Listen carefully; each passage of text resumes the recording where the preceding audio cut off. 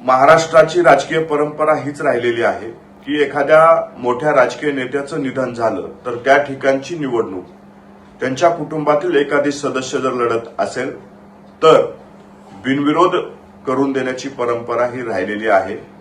त्या राजकीय परंपरेला छेद देण्याचं काम हे काँग्रेसनं त्या ठिकाणी केलेलं आहे।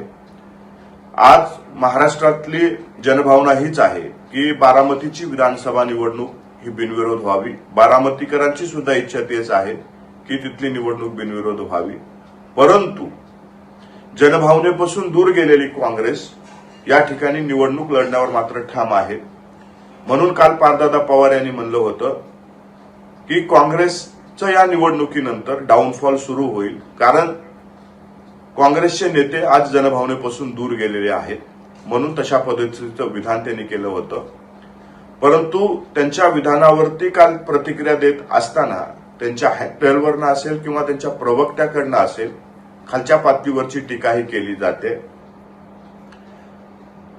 पारदादाच्या वक्तृत्वाबद्दल तुम्ही बोलत असताना काश्मीरपासून कन्याकुमारीपर्यंत राहुल गांधीजीच्या वक्तृत्वामुळे आणि नेतृत्वामुळे काँग्रेसची काय अवस्था झाली हे काँग्रेसच्या नेत्यांनी पाहावं आणि मग दुसऱ्या पक्षाच्या नेत्यावरती बोलावं।